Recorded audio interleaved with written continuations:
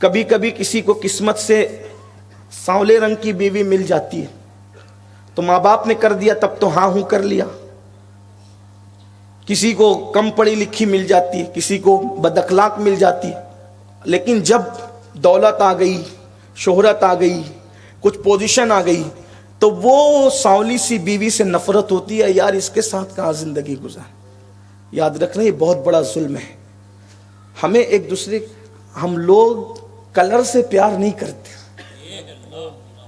ہم انسان سے پیار کرتے. عظمت انسان بہت بڑی چیز ہے, احترام انسانیت بڑی چیز ہے. کلر تو آتے جاتے رہتے ہیں, چمڑیاں تو رنگ بدلتی رہتی ہے, لیکن انسانیت بہت بڑی چیز, اکرام انسانیت. اللہ کے رسول علیہ الصلوۃ والتسلیم کی حدیث سن لیں, بہت خوبصورت. حضرت ابو ہریرہ رضی اللہ تعالیٰ کو حضور علیہ السلام نے بہت وصیتیں فرمائی. میں سمجھتا ہوں کہ 100 سے زائد وصیتیں حضور نے فرمائی.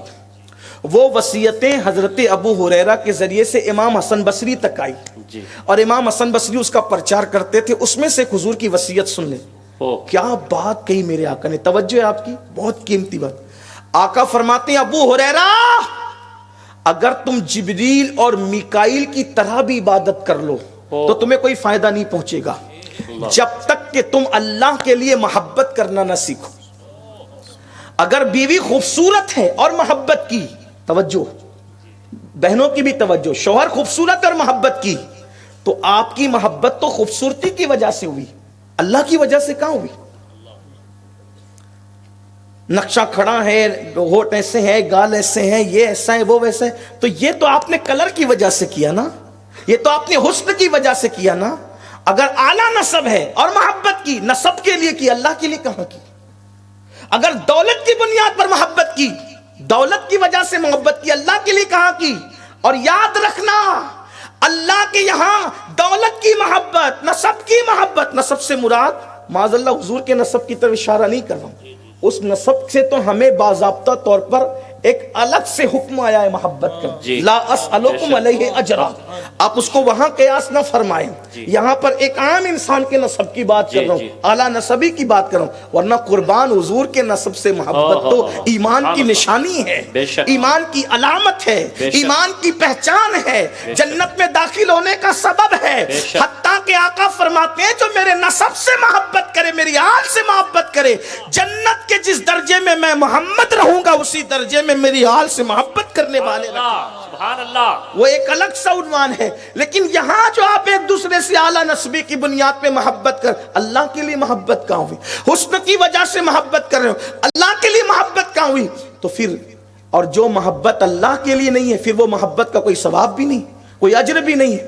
اور جو اللہ کے لیے محبت ہو, پھر رنگ کیسا ہو, چال ڈھال کیسی ہو, اخلاق کیسا ہو, کردار کیسا ہو, کچھ بھی ہو, پھر یہ سوچے نا یار اس کی صورت اچھی نہیں ہے, لیکن میرے اللہ تو حسن والا ہے نا, وہ تو حسن کو پیدا کرنے والا ہے نا. اور جو اللہ کے لیے محبت کرے گا, اللہ اس کو وہ مقام دے گا کہ قیامت کے دن اس کا مرتبہ دیکھ کر انبیاء اور شہداء بھی رشک کریں گے اور کہیں گے مولا یہ کون لوگ ہیں. ارشاد ہوگا یہ وہ لوگ ہیں, نہ نبی ہے, نہ شہید ہے, نہ ولی ہے, یہ وہ لوگ ہیں جو میرے لیے ایک دوسرے سے محبت کیا کرتے تھے, اللہ کے لیے ایک دوسرے سے پیار کیا کرتے تھے.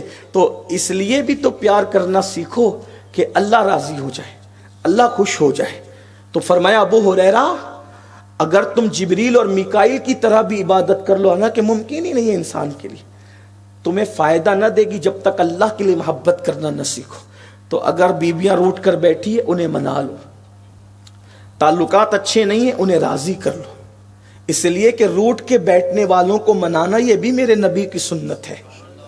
ازدواجی زندگی کو خوبصورت بنا لو, ورنہ قیامت کے دن کوئی عمل کام نہیں ہے. آقا فرما رہے ہیں, بلکہ اللہ اکبر, آقا علیہ السلام فرماتے ہیں اگر کسی نے مرغی پالی ہے, مرغی, اور مرغی پالی ہے اور وہ دن بھر میں اس کو دانا پیش نہ کرے, مرغی کا حق ادا نہ کرے, تو قیامت کے دن اللہ کی بارگاہ کے اندر اس کی پکڑ ہوگی. جو مرغی پہ ظلم کرے, جو 500-600 روپے میں آج کل مل جاتی ہے مرغی, بلکہ 100-200 میں بھی مرغی مل سکتی ہے, 100-200 کی قیمت کی مرغی کا اگر کوئی حق ادا نہ کرے تو اللہ رب العزت اس کے ظلم کا اس کو بدلہ دے گا. جو بیوی کا حق ادا نہ کرے.